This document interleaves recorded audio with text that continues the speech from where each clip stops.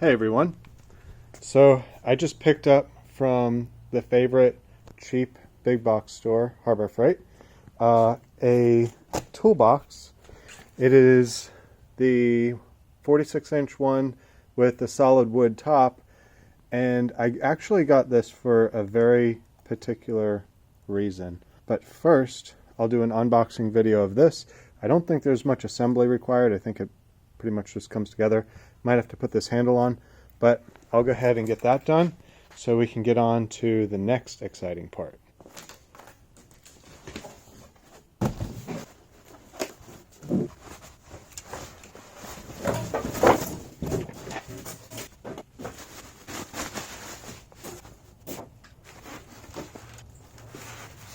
Well, it doesn't have wheels, so some assembly is required.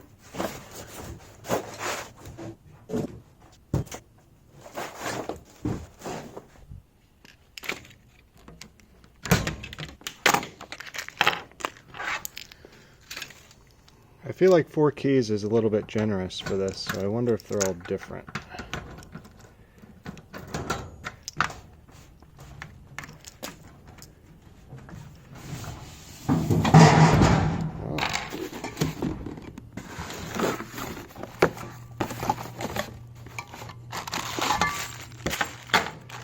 Very nice. Wheels and hardware.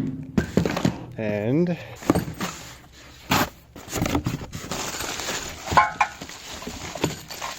this is, oh cool. So it comes with some storage options as well, which will be very nice. That was unexpected, but definitely appreciated. And of course a little wrench. And I think one of these should be, here we go. Has a nice handle, shopping cart style. So I can attach that as well with the wheels, and then I can roll it around.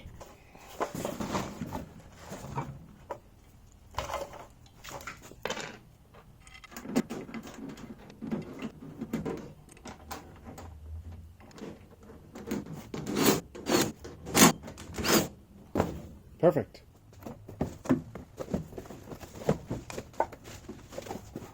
These drawers have a liner in them, which is pretty nice, I think.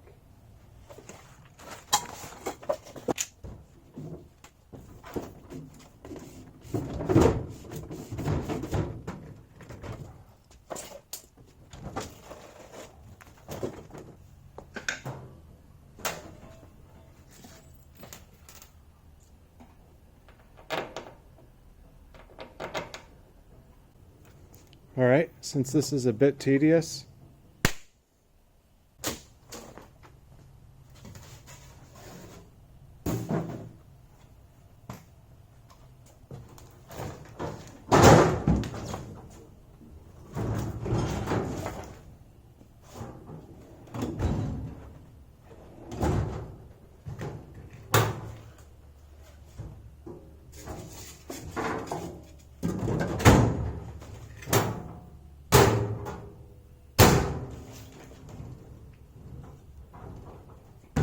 alright, so all in all, this is a pretty nice unit. I don't know if this is real wood or not. I think somewhere it says with solid wood top. So I guess it is. It didn't take too much assembly. The handle had to go on, the 4 wheels had to go on the bottom. That wasn't too bad. I did notice, if you read the instructions, you shouldn't open the drawer until you sort out the shelves on the inside, but I did that anyway. And good news is it worked out, so that's fine. This is a nice big drawer. There's no dividers or anything in here, but there's a lot of room for stuff. Dividers can be added to make this organized a little bit better. And then under here, there are some shelves. It looks like there's a couple different levels they could be set at, and those storage bins end up going on the door, and there's a little pegboard here, so you can add, I guess, pegboard stuff, which is pretty nice. The other door is the same, 2 more, and then 2 more shelves, and that can go in one of 4 places. So that's pretty much it for the unboxing portion of this new toolbox. Now on to the exciting part.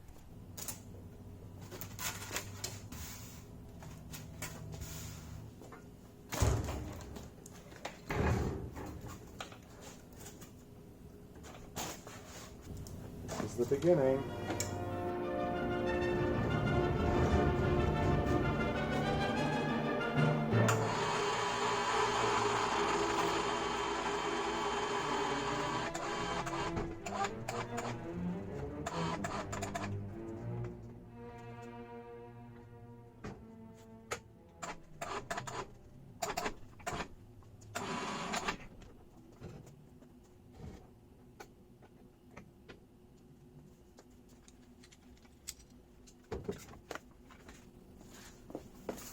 So here it is. This is the reason why I got this toolbox. It is just about the perfect length. It should be sturdy enough that I'll be able to do all the lathe operations and not have to worry about that too much. I'm not a machinist, and I don't have a need for ultra precise things, at least at this point. So the wheels are more convenience and more useful to me than being able to have an ultra stable machine. I think this is nice. This will give me plenty of storage to have all of my tooling, any material, really anything related to this can be kept organized and right underneath it, which is going to be very nice. At some point, I'm going to attach this plate down here to the wood surface. Maybe I may get rid of the plate altogether and just attach the lathe to the wood surface directly. If you have an opinion on that, please comment below. But ultimately, this is a 1930s era South Bend 9-inch, I believe, lathe. This table, I think, is 44 inches long. So maybe this is a 36-inch, about a 3-foot long lathe. For me, I would still consider it very much a mini lathe, because really it's not too much bigger than the lathe that I have that you all know me for. I do have a tailstock for it. That works very nice. The previous owner went through and cleaned up everything. So as far as the mechanics of this lathe go, everything works super smoothly and is really tight. I'm also looking forward to having a 4-jaw independent chuck. I think this will be a little bit more tedious to set up apart for most of what I do. So I'll probably get a self-centering chuck for this at some point. But really having this as an option is going to be really nice. The guy that I got it from was also an electrician, so he went through and made sure that all the electronics work very nicely. I do have the cover for it over here. This is the only set of gears that I have, but 3D printing has come so far that there are, I'm sure, 3D printable gear sets for this lathe. And I do have a 3D printer, as you guys have seen in some other videos. So I may take advantage of that and print some different gears. But at this point, I don't do or haven't done traditionally very much threading operations. So I haven't really needed to play with the gears too much. This one doesn't have a transmission like some larger lathes have to change the gear ratio on the fly. But that's okay. It's not something that I had on my cheap other Chinese mini lathe, and I didn't necessarily, maybe I don't know what I'm missing, but I didn't have it there, and I don't have it here either, so that's okay. This is the old style, so in order to change gears, or change speeds, I should say, I do have a belt that goes on one of these 3, which connects here to one of these 3, which will ultimately change the speed of the part that's spinning. I could get a VFD and set it up to have variable speed, and then just set this up with put it on one of the locations and then just be able to change the speed with a dial. That is definitely an option. I haven't looked into the cost of a VFD yet. If you guys have any recommendations for good ones that are relatively affordable, please leave those in the comments. And then the other thing that I'm going to have to sort out is I'm going to have to find a motor for it, wire it up, and then figure out something for a belt to go around here and then the pulley of the motor.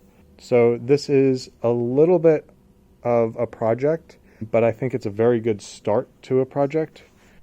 I do have some electric motors that I might try on here. One of them I know is a 1/2 horsepower. I'm not sure what the other ones are. Kind of old. I'm sure they still work. The guy I got this from recommended that, I think he had a 1/2 horsepower motor on here and burned it up. So I don't know if that was something, a failure in the motor, or if that was just not enough motor for a lathe like this. He recommended a 3/4 horsepower motor. If you guys have any recommendations, I'd love to hear them. Overall, I think this is a really good start to a lathe. I think I got it for a pretty good deal. The only thing that I notice that might be something that needs some attention, and I'm not totally sure, especially considering the age of this lathe. I think it's in excellent condition. There's a bit of play in this, which ultimately just means that the gears back there might be a little bit worn, and then the casing here looks a little bit broken. I don't know if that has anything to do with it or not. If anybody has any experience with this lathe, let me know how your feed wheel feels, if there's this much play in it or not. Other than that, the ones that actually matter are really, really tight. There's a little bit of play. This feels like the backlash in this, but it's really tight, really smooth. Same with this one up here. I will want to get a quick change tool post, I think, just because I kind of got spoiled with that on my last lathe. But yeah, this is pretty much it. I don't know, this isn't the end of the story for the other lathe, at least not yet. I don't know what's going to happen with that, but I am excited about this. I am going to try to, I think, get it working and be able to use it first and foremost, and then maybe start taking some of this stuff apart, cleaning it up and repainting it and really making this lathe look nice. So if you guys are interested in this project and to see how it goes and see what I make on it, as well as kind of this whole project with the cabinet and the lathe on top, follow along, comment with any thoughts, and yeah, I'm really looking forward to it. I'm excited for it. I've had so many comments about how I need to get rid of that other lathe and get a real lathe. So when I saw this, I couldn't pass it up. I'm pretty excited about it, like I said, and I also use the straps and the overhead hoist, so hopefully you guys don't make fun of me lifting with my back this time, even though if anyone is concerned, my back is totally fine. But yeah, that's it. That's it for this video. That's it for this introduction. Thank you so much for watching and being a subscriber. If you're already subscribed, if you're not, hit the subscribe button, hit the thumbs up, comment below, all the things. I know I've been slow on videos lately, but I keep trying to pick it up, and we're getting there. So thanks again for following along. I hope you're as excited about this as I am, and thanks for watching. So see you next time.